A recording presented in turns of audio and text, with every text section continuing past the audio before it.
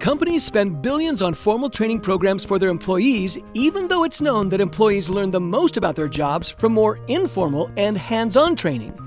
But rather than simply redirecting attention from formal to informal learning, researchers have wondered whether there may be important interplay between them.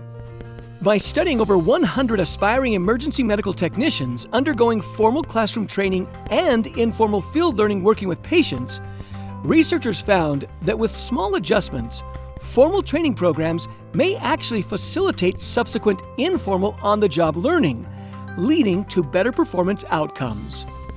Formal learning experiences typically have well-defined timeframes and predefined learning outcomes, whereas informal learning is an ongoing, sporadic, on-the-job process without predefined learning objectives. For example, imagine a formal class about working with emergency patients versus actually learning about them on the job.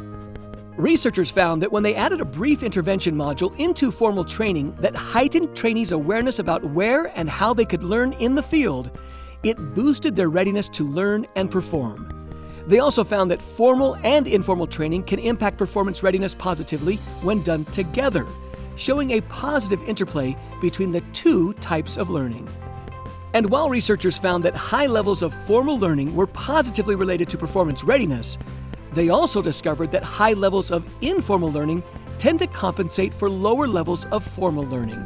For example, technicians who didn't do as well in the classroom may be able to catch up through thoughtful, field-based learning experiences. Wonder about a simple, low-cost way of boosting informal learning and performance readiness? If so, you may want to read this paper.